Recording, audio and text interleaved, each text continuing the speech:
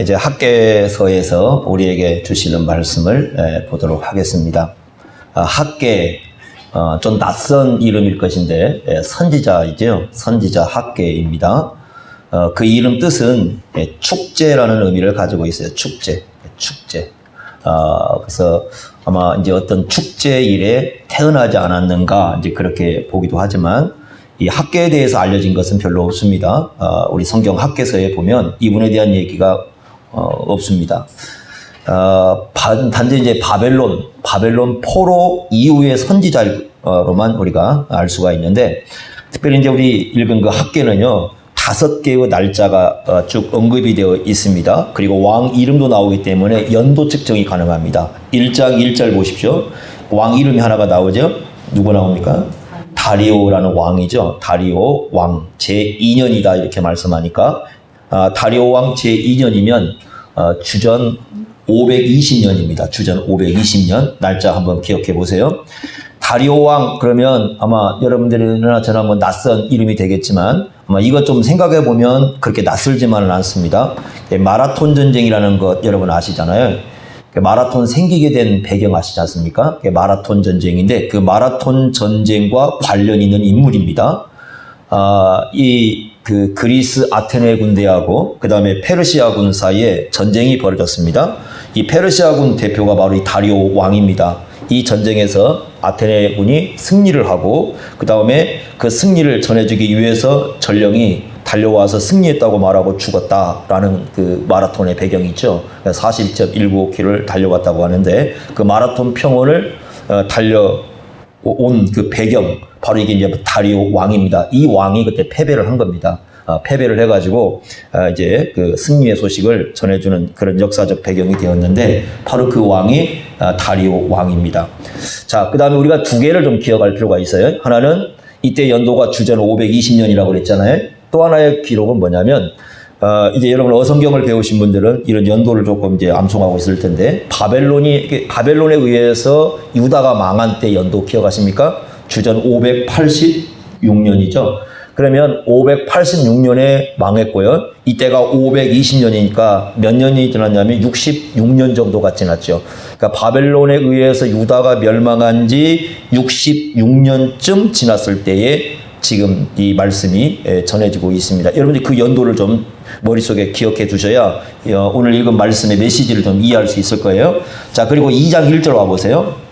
언제적 얘기냐면 2장 1절에 보시면 다리오 왕 제2년 520년 그때입니다. 그때인데 2장 1절에 7째 달 곧 그 달 21일입니다. 그러니까 7월 21일이죠.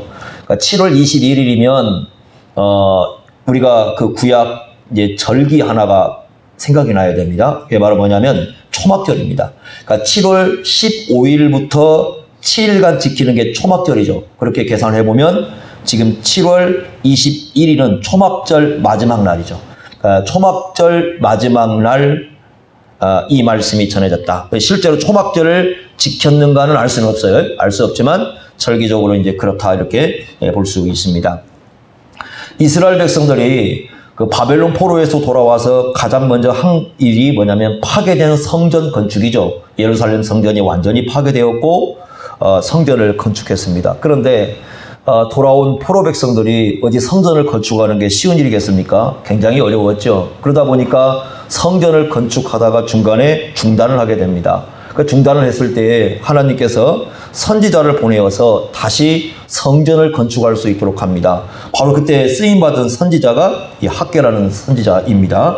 그래서 이 학개 선지자를 통해서 성전 건축을 다시 할 수 있도록 하는데 이제는 이 성전 건축에 참여하는 사람이 2 종류로 나눠집니다. 어떻게 나누냐면 하나의 종류는 과거 옛날에 그 솔로몬 때 성전 건축하잖아요. 그 솔로몬 성전 건축을 본 사람들이에요. 그러니까 이 사람들은 적어도 나이가 한 70세는 넘었다고 봐야 됩니다. 70세가 넘은 사람들, 이제 그런 사람들이 있습니다. 왜냐하면 아까 바벨론에 망할 때가 586년, 이때 연도가 520년, 그러니까 몇 년이 지났다고 했습니까? 66년, 그거 잊지 말라고 그랬습니다. 그러면 성전 파괴되는 걸 보면 66년 이전이죠. 66년 이전이라고 본다면 뭐 예를 들면 70세 정도가 되었다면 한 나이가 그때 한 4, 5살 때죠. 5살, 4살 정도 되었을 때 성전 파괴를 본 거죠. 그러니까 좀 빨리 잡았을 때 그렇다는 겁니다. 대개는 70세가 훨씬 넘었을 것이라 이렇게 보여집니다. 근데 그쪽 사람들이 있고, 두 번째는 어떤 사람들이 있느냐면 성전을 보지 못한 사람들이에요. 그 한 번도 솔로몬 성전을 보지 못하고 포로로 끌려가서 태어난 사람들이에요. 그 포로로 끌려가서 태어난 사람들은 나이가 되게 66세 이하가 되겠죠. 이제 그 아래쪽 사람들이. 그러니까 70세 이상 쪽 사람과 66세 아래쪽의 사람들, 요 둘인데 요 두 종류가 반응이 달라요. 성전에 대한 이 생각이 다릅니다. 그래서 요 두 가지를 좀 배경에 놓고 오늘 말씀을 좀 이해할 필요가 있어요. 그러면 우리가 이제 두 가지 성전을 생각할 수 있습니다. 첫 번째 성전은 바로 어떤 성전이냐면 솔로몬 성전이겠죠. 당연히. 두 번째는 지금 이 학교의 선지자 때 다시 재건하고자 하는 성전이겠죠. 두 개의 성전을 놓고 이렇게 비교를 하는 겁니다. 어떤 일이 발생했는가? 2장 3절 한번 보세요. 하나님의 말씀이 이렇게 선포가 됩니다. 2장 3절. 너희 가운데 남아있는 자 중에 이 성전의 이전 영광을 본 자가 누구냐? 그러면 이 성전의 이전 영광을 본 사람들은 대개 나이가 몇 살쯤 됐어요? 70세 이상쯤 되었다고 봐야 되겠죠? 그럼 이전 영광은 이거 어떤 성전이냐면 솔로몬 성전이죠. 과거에 그 솔로몬 성전 얼마나 화려했습니까? 굉장히 화려했잖아요. 이 솔로몬이 그야말로 많은 하나님께서 그 불을 주시니까 그걸 가지고 성전을 건축했으니 얼마나 그 건물이 화려하고 얼마나 대단했겠습니까? 그걸 본 사람들이 있고요. 그죠? 또 그걸 못 본 사람이 있어요. 그런데 그 과거에 솔로몬 성전의 영광을 본 사람이 이제 돌아와가지고 새롭게 성전을 건축하려고 하는데 이걸 보니까 어떻게 보였다고요? 거기? 뭐라고? 이것이 너희 눈에 어떻게 보였다? 보잘것없어요. 이전에 너무 화려한 걸 보았던 사람들이 이제 이걸 보려고 하니까, 이 건물을 보려고 하니까 너무 보잘것없어요. 이 건물로 외적으로 이렇게 비교를 해보니까. 그러니까 이런 거와 똑같은 거죠. 옛날에 금을 보던 사람이 돌을 앞에 놓고 보면 별거 아니잖아요. 그죠? 마치 그와 비슷한 거예요. 그러니까 솔로몬 때는 우리가 알듯이 뭐 은이라는 것이 돌같이 흔했고 금도 너무 많았잖아요. 심지어 방패까지도 금으로 만들 때니까 얼마나 화려했습니까? 그 화려한 걸로 7년 동안 성전을 건축했으니 대단한 성전 건축 아닙니까? 그런데 돌아와서 보니 그거 와서 비교해 보니까 다 파괴된 것을 갖다가 다시 세우는데 돌아온 사람들이 뭐가 있겠어요? 별로 가진 게 없어요. 별로 가진 걸 없는 사람들이 성전을 세우니 예전에 그 솔로몬 성전하고 비교했을 때 얼마나 이 보잘것 없겠습니까? 그런데 하나님의 말씀은 이런 겁니다. 너희들 눈에는 그 외적으로 보이는 건물의 화려함 요 두 개를 놓고 비교해서 생각하는데 그러지 마라. 그렇게 평가하지 마라. 그것은 잘못된 평가다. 이렇게 말씀해 주는 거예요. 왜냐하면 성전의 본질은 그게 아니라는 겁니다. 그러니까 성전의 본질은 이 외적으로 얼마나 건물이 화려한가 거기에서 드러나지 않는다. 그래서 뭐라고 말씀하냐면 4절 한번 보세요. 2장 4절 이렇게 말씀합니다. 그러나 여호와가 이르노라 스룹바벨아 스스로 굳세게 할지어다. 여호사닥의 아들 대제사장 여호수아야 스스로 굳세게 할지어다. 여호와의 말이니라. 이 땅 모든 백성아 스스로 굳세게 하여 일할지어다. 그 다음에 뭐라고 합니까? 같이 읽습니다. 시작. 내가 너희와 함께 하노라. 이게 성전의 본질이죠. 성전은 하나님이 거하시는 집이잖아요. 하나님이 함께 하신다는 게 성전의 본질이잖아요. 그죠? 이게 본질이에요. 그 다음에 5절 보세요. 이렇게 말씀했습니다. 너희가 애굽에서 나올 때에 너희와 뭐가 있습니까? 언약한 말씀과 그 다음에 나의 영은 성령님이시죠. 영어 성경은 영을 대문자로 써놨어요. 성령님을 분명히 나타내기 위해서. 그러니까 언약의 말씀과 성령이 계속하여 너희 가운데 머물러 있나니. 그러니까 이 외적으로 비교하지 마라. 원래 성전의 본질이 뭐라고요? 하나님이 함께 계시고 언약의 말씀이 있고 성령이 거하는 곳이잖아요. 그러면 지금 이 보잘것없어, 너희 눈에 보잘것없어 보이는 이 성전에 누가 함께 하신다는 거예요?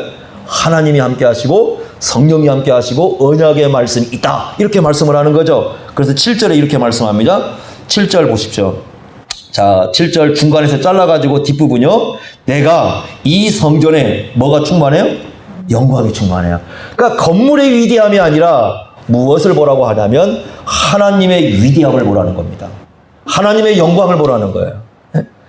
이 성전의 본질은 거기에 있어요. 하나님의 위대함을 보고 하나님의 영광을 봐야지 건물의 위대함을 보지 말아라. 건물의 위대함이 하늘의 영광을 드러내는 게 아니다. 이걸 말씀해 주고 있습니다. 옛날 우리 중세 그 로마 교회가 화려한 건물로 이 치장을 하면서 소위 말하는 성당이라는 걸 만들지 않습니까? 그 성당이라는 걸 만들 때 얼마나 화려하게 했습니까? 건물을 아는 쪽에 금으로 채울 뿐만 아니라 중세 그 교회들이 그 주변에 있는 땅을 다 토지를 다 사가지고 완전히 이 부자처럼 그렇게 행세하지 않았습니까? 그 재정 확보를 위해서 만든 게 뭐였어요? 면벌부, 소위 면죄부라는 거예요. 그 면벌부, 면죄부를 만들어가지고 그걸로 사람들에게 팔아서 그 돈을 모아가지고 화려한 그 건물을 만들지 않습니까? 지금 여러분들이 가서 보게 되면 그 로마 같은 데 가서 보면 그 화려한 건물들이 그 사람들의 피땀으로 다 만들어진 거 아닙니까?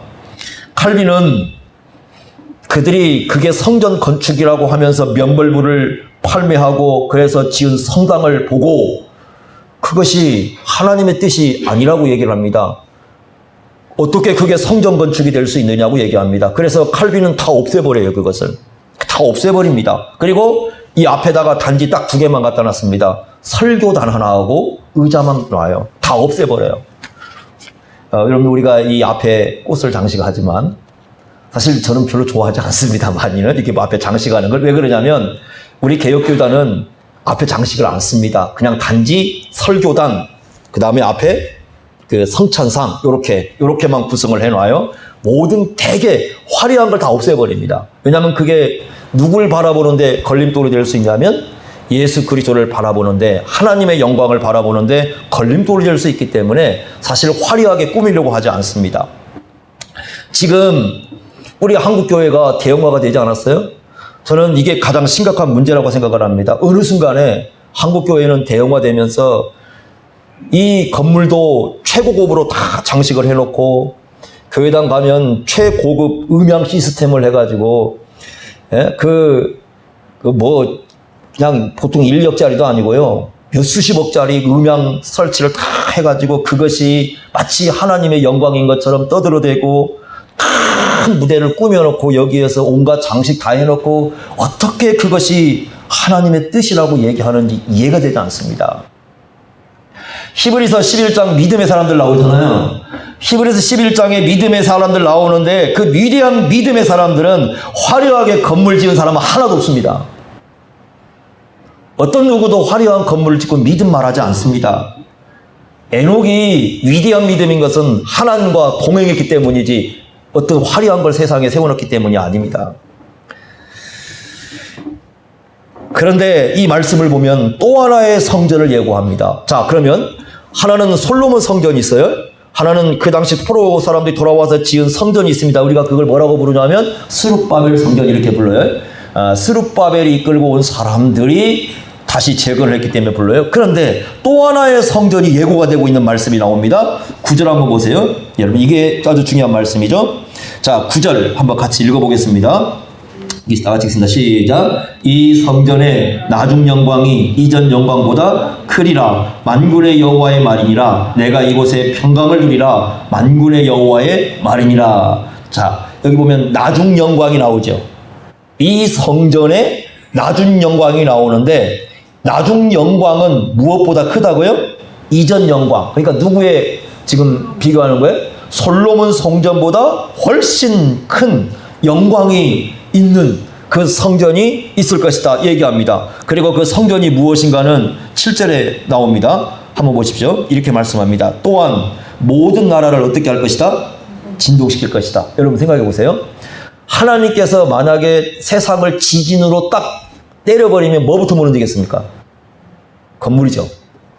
그러니까 이런 겁니다. 화려한 건물 의미가 없다는 거예요. 왜? 하나님이 진동할 때는 다 어떻게 쓸모없이 무너진다는 거예요. 그죠? 그러면서 하시는 말씀이 뭐냐면 모든 나라에 뭐가 이를 것이다? 보배가 이를 것이다. 여러분 보배라는 말씀 속에 아마 번호가 쓰여 있을 거예요. 그리고 그 밑에 번호 쓰여지고 조그만하게 뭐라고 씁니까?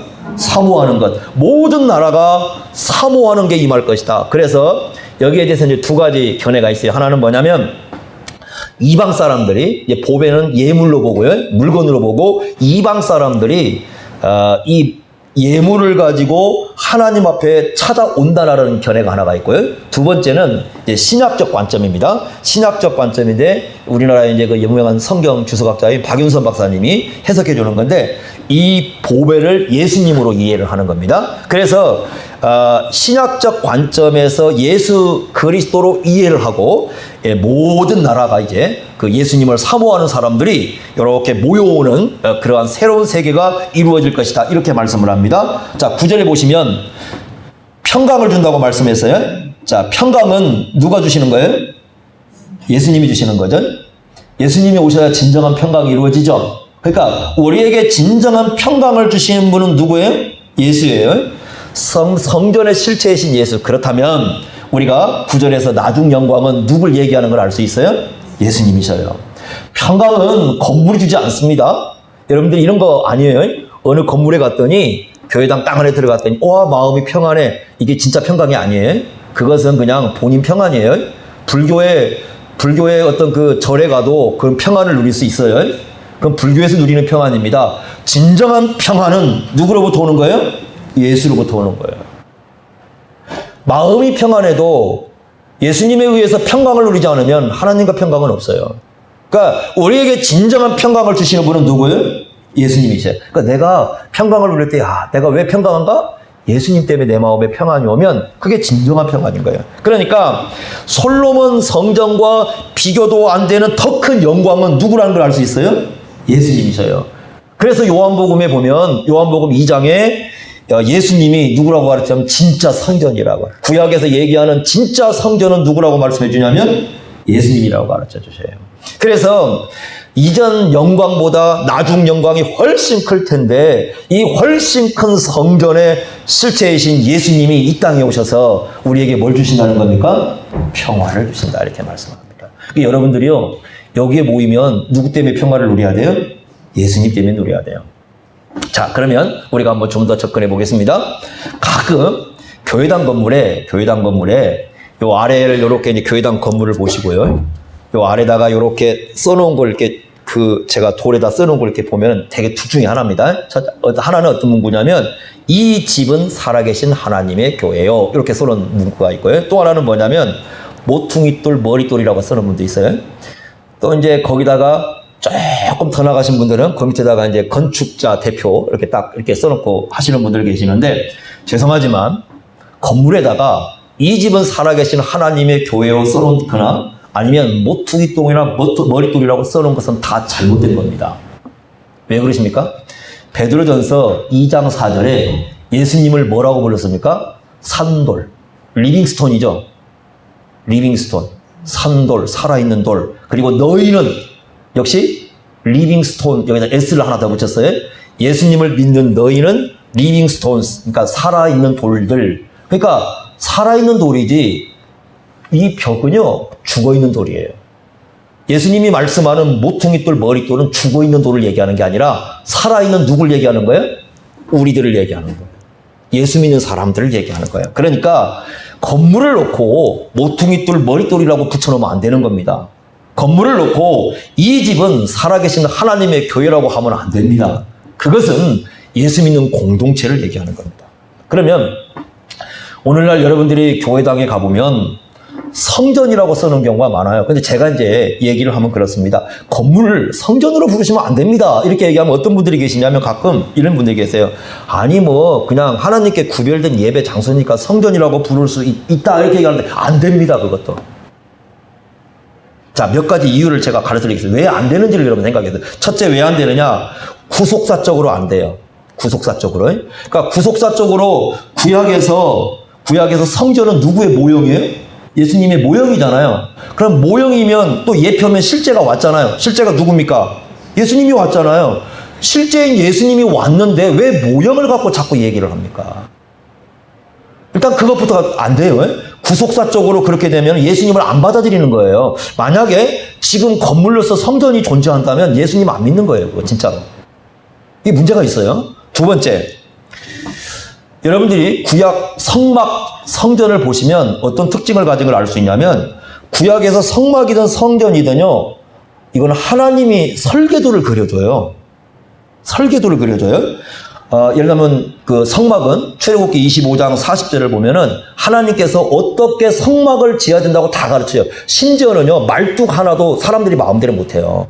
이 색깔 있잖아요. 색깔도 자기가 못해요. 치수 하나까지 다 하나님이 가르쳐줘요. 그러죠?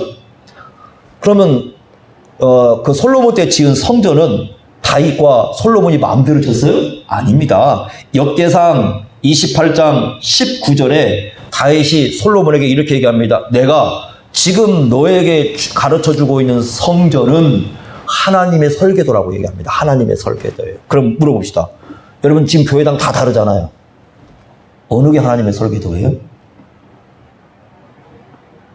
지금 이 땅에 존재하는 건물은요, 하나님의 설계도를 따라서 세워진 그 건물은 하나도 없습니다. 다 누가 계획한 거예요? 사람들이 모여서 계획한 거죠. 그러니까 성막이 되고 성전이 되려면 누구의 설계도를 따라야 돼요? 하나님의 설계도를 따라야 되는데 이 땅에 그게 어디가 있어요? 그러니 성전이 존재할 리가 없겠죠. 이게 두 번째 이유입니다. 세 번째, 예수님께서 오셔가지고 하신 일이 성전을 파괴시키는 거예요. 요한복음 2장 19절에 예수님이 뭐라고 말씀합니까? 이 성전을 어떻게 하라? 헐라. 건물을 파괴시켰죠. 헐라는 건 파괴지 않습니까? 그 다음에 예수님이 다시 또 지으라고 합니까? 않습니다. 다시 짓는 걸 뭐라고 말씀하세요? 예수님이 하신 말씀은 3일에, 사흘 후에. 그럼 그 뭐 얘기하는 건가요? 예수님의 부활이죠. 부활 후에 그 부활 생명으로 다시 하겠다는 거죠. 그런데 그건 건물 얘기가 아니죠. 그러니까 건물을 지은다는 건 뭐냐면 예수님이 파괴시킨 건데 예수님은 파괴시킨 걸 자기들이 짓겠다는 거예요. 왜 예수님이 파괴시킨 걸 우리가 지으려고 합니까? 말이 안 되는 거죠. 이게 문제가 있어요. 네 번째요. 예수님 목수였잖아요. 그럼 예수님 나무 가지고 건물 짓는 거 쉬울까요? 어려울까요? 쉽겠죠. 그럼 공생애 가운데 건물 하나 지으면 얼마나 좋겠습니까? 예수님이 직접 계시는데 야, 나를 위해서 건물 하나 지어라 하면 얼마나 좋겠어요. 그런데 예수님은 어떤 새로운 건물 하나도 짓지를 않습니다. 새로운 건물에 못 하나 쓰지 않습니다. 예수님은 망치 안 들었습니다. 그러니까 그 이후에 제자들도 아무도 집을 건축을 하지 않습니다. 그러니까 우리가 그래서 이 건물을 지어놓고 성전이라고 부르면 안 됩니다. 다섯 번째요. 성전이 되려면 누가 있어야 돼요? 제사장이 있어야 됩니다. 제사장이 있으면 뭐가 있습니까? 제단이 있습니다. 지금도 로마 교회는 앞에를 제단이라고 부르고요. 로마 교회 그 앞에서 인도하시는 분은 사제라고 부르는데 사제라는 말은 제사장이라는 뜻입니다. 문제가 있습니다. 왜 그러냐면요. 지금 우리의 대제사장은 누구예요? 예수님밖에 없죠. 지금도 예수님이 대제사장이죠. 그리고 제사장은 누구예요? 대제사장은 예수님이고 제사장은 우리 모두잖아요. 뭘 없애버렸어요? 구약과 우리가 다른 게 뭐냐면 제사장이 없는 게 아니라 직분을 없애버렸어요. 구약의 제사장 직분을 없애버리고 대제사장 직분은 예수님만이 갖고 계시고요. 너희는 우리 모두는 다 누구라고 가르쳤어요? 제사장이에요. 그러니까 지상 제사장과 제단은 존재할 수가 없습니다. 성전이 있을 수 없죠. 마지막 하나인데 이거 실천적인 건데요. 건물 성전을 엄청나게 크게 지은 이게 보면 몇 가지 좀 문제가 있어요. 어떤 문제가 있냐면 목회자의 문제가 있어요. 목회자는 이 엄청나게 크게 이제 해놓으니까 여기를 그만두려고 하질 않아요. 그래서 이제 이루어지는 게 목회 세습이 이루어지는 겁니다. 네?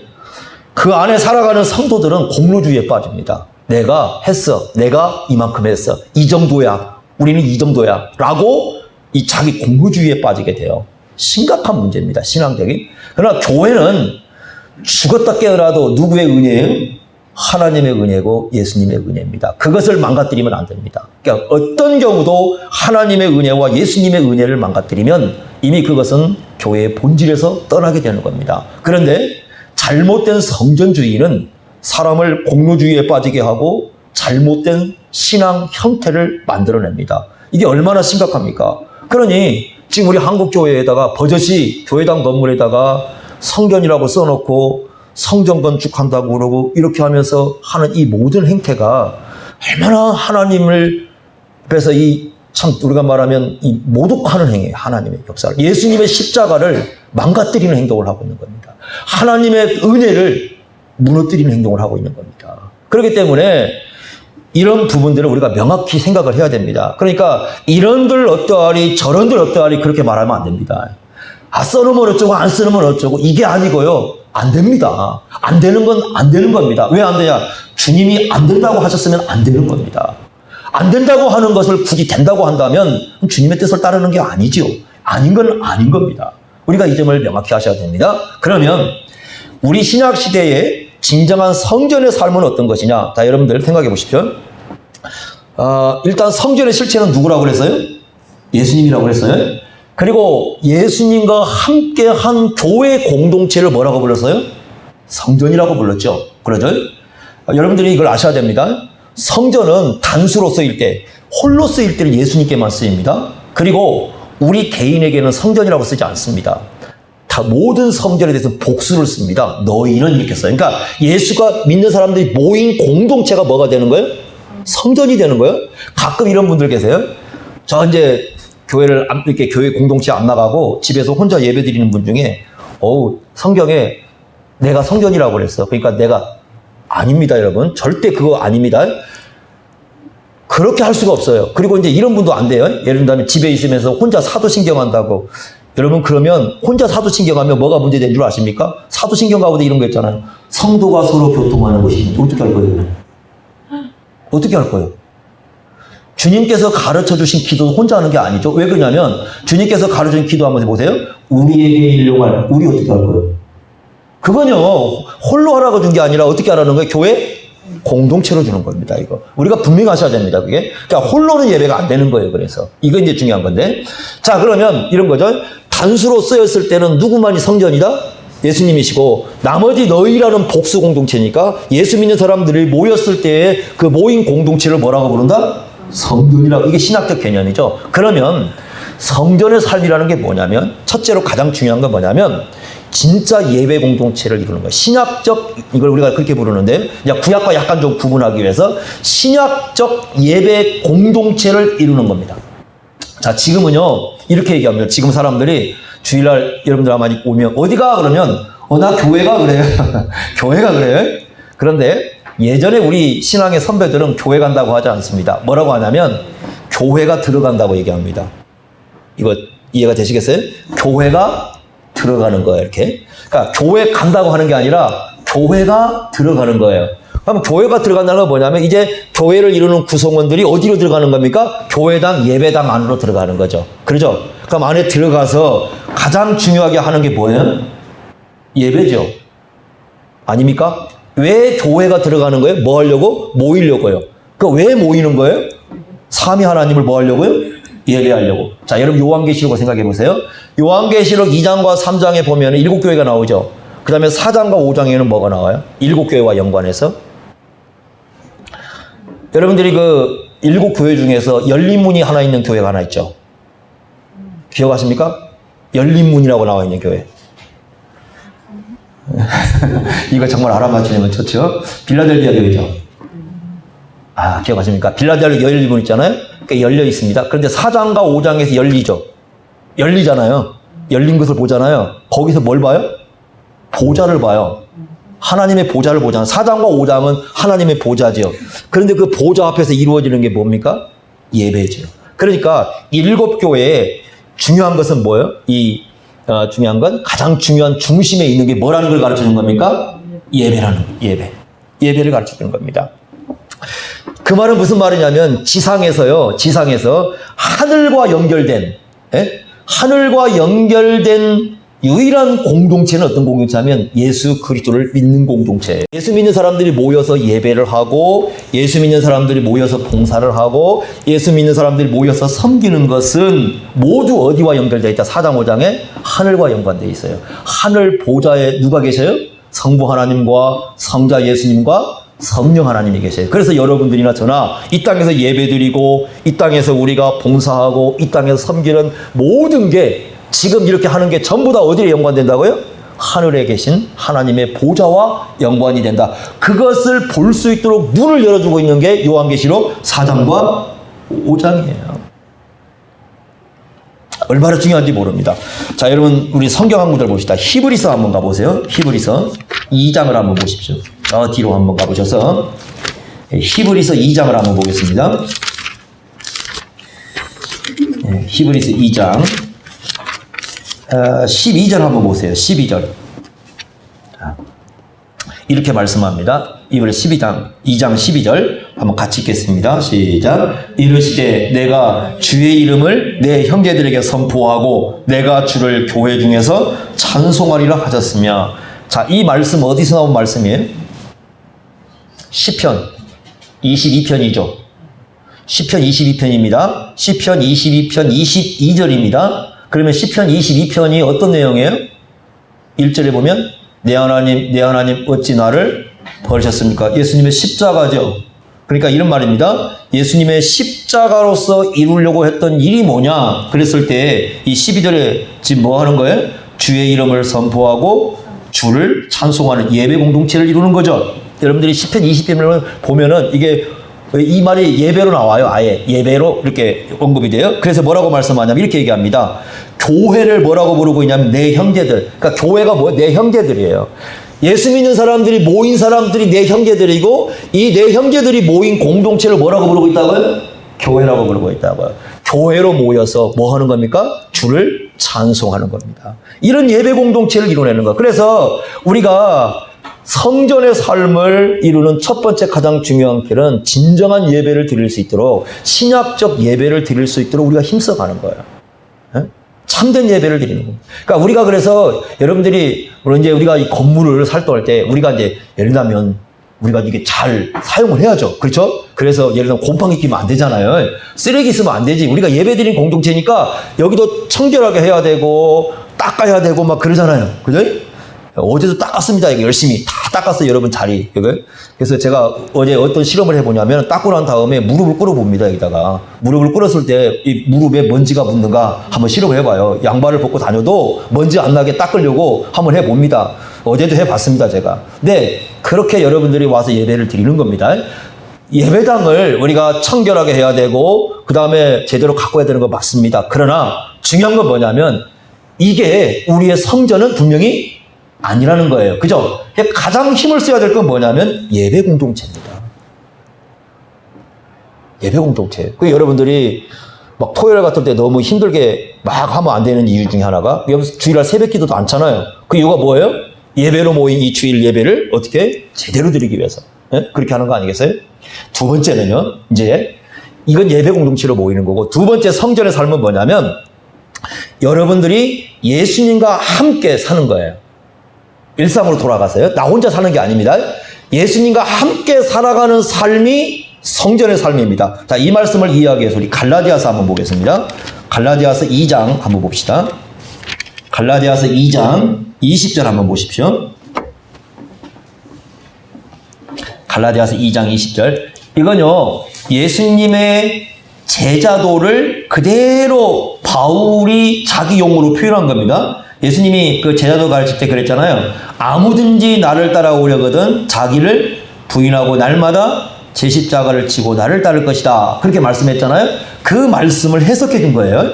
그래서 갈라디아서 2장 20절 말씀인데 여러분 아마 잘 아는 말씀일 거예요. 한번 같이 읽어보겠습니다. 2장 20절 시작. 내가 그리스도와 함께 십자가에 못 박혔나니 그런즉 이제는 내가 사는 것이 아니요 오직 내 안에 그리스도께서 사시는 것이라. 이제 내가 육체 가운데 사는 것은 나를 사랑하사 나를 위하여 자기 자신을 버리신 하나님의 아들을 믿는 믿음 안에서 사는 것이라. 자, 잘 보십시오. 내가 그리스도와 함께 십자가에 어떻게 했습니까? 못 박혔어요. 자, 이미 박혔다는 겁니다. 끝났다는 거죠. 그러니까 이거 회심 사건이에요. 내가 예수 믿었을 때 회심 사건이에요. 이미 단회적으로 십자가에 못 박혀 끝났어. 그러니까 이제 어떻게 한다? 이제는 누가 사는 게 아니다? 내가 살자. 그러니까 나 중심으로 살지 않는다는 말이에요. 그러니까 자기를 부인한다는 말이죠. 나 중심으로 살지 않아요. 예전에 나는 죄의 종이었고 예전에 나는 내 마음대로 살았어요. 그런데 이제는 나 중심으로 살지 않아. 내 계획, 내 목적, 내 뜻, 내 마음대로 살지 않는 거예요.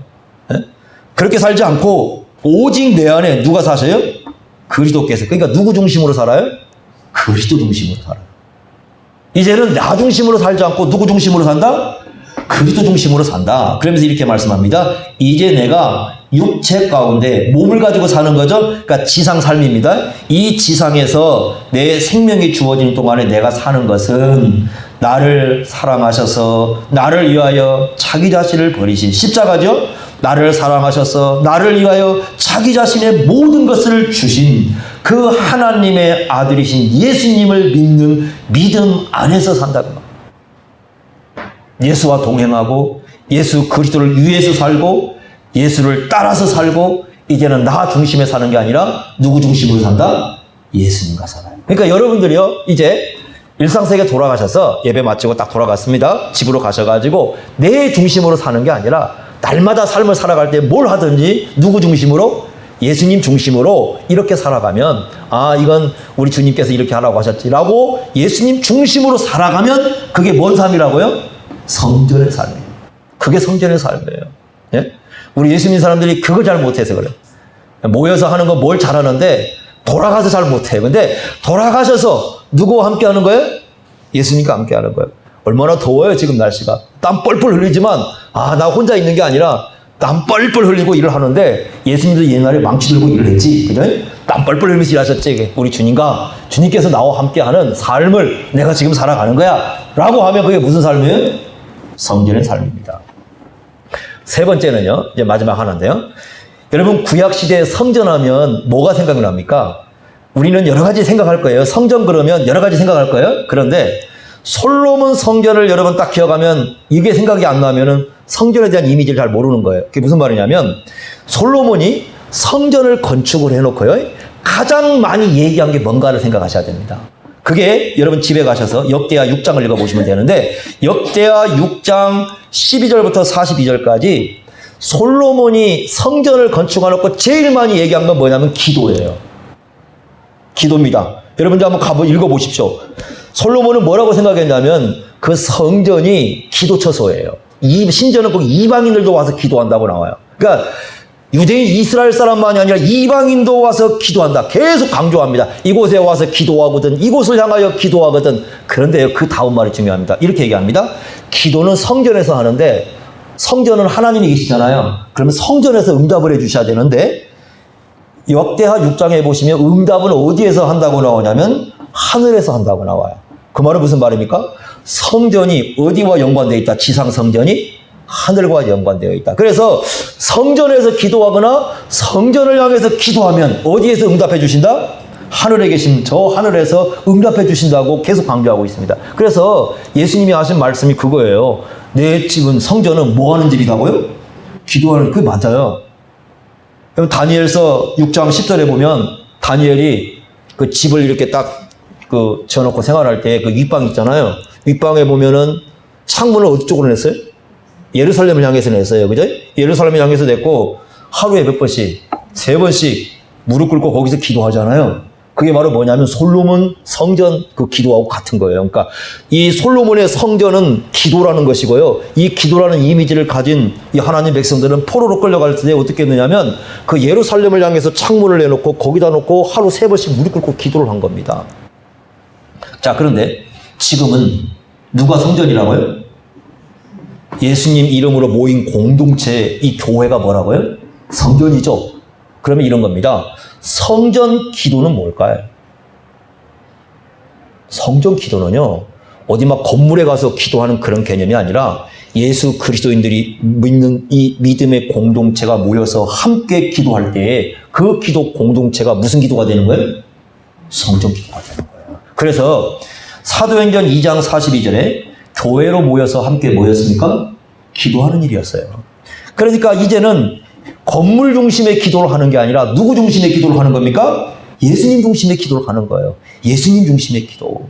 그 바뀐 겁니다, 여러분. 신약에 오면 예수님이 틀을 다 바꿔놔버렸어요. 구약에서 저 성전 중심으로 하던 기도를 요한복음에 가면 누구의 이름으로? 예수의 이름으로, 예수 중심으로 바꿔놨어요. 왜? 성전의 실체가 누구예요? 예수님이시고 그 예수 믿는 사람들이 모인 공동체가 교회이기 때문에 바꿔놔버린 거예요, 예수님께서 다.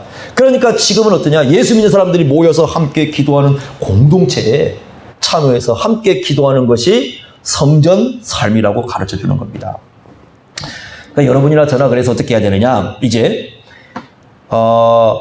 우리 예를 들면 우리 교회도 저희도 마찬가지죠. 우리가 주로 이제 기도하는 시간을 정해놓는 게 뭐 새벽 기도를 하고요. 그 다음에 수요 때 우리가 이제 그 기도를 공식적으로 하고, 그 다음에 금요일 때 이제 이렇게 기도를 하지 않습니까?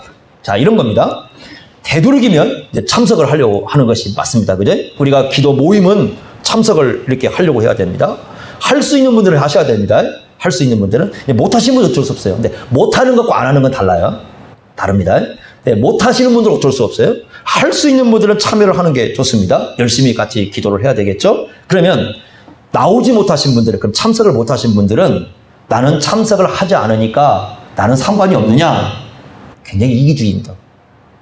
그 말은 무슨 말이냐면 이런 겁니다.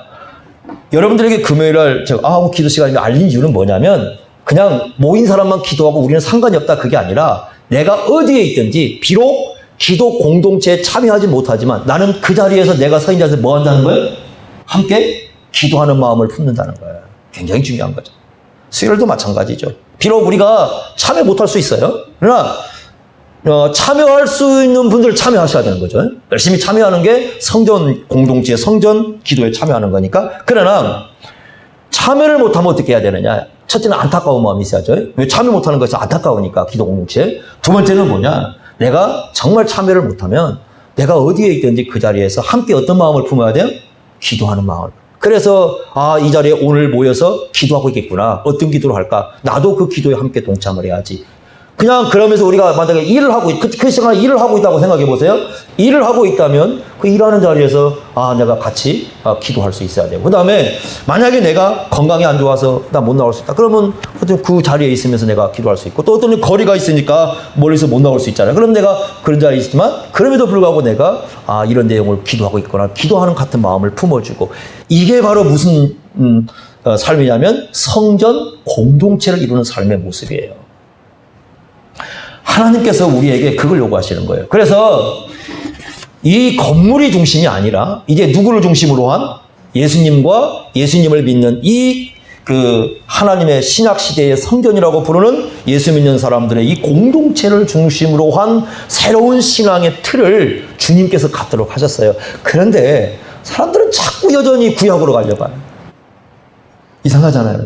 예수님이 오셔가지고 그렇게 자신의 십자가에 또 부활로 이 바꿔놓은 틀을 가지고 지금 이렇게 우리에게 주셨는데, 이 귀한 것은 생각하지 않고 자꾸 이 보이는 쪽으로 가려고 하는 거예요. 구약은 거의 보이는 쪽이고요. 신약은 안 보이는 거예요. 안 보이는 내용들이 많습니다. 그러니까 안 보이는 건데, 신약은 안 보이지만 인격 중심이고, 구약은 보이지만 건물 중심이에요.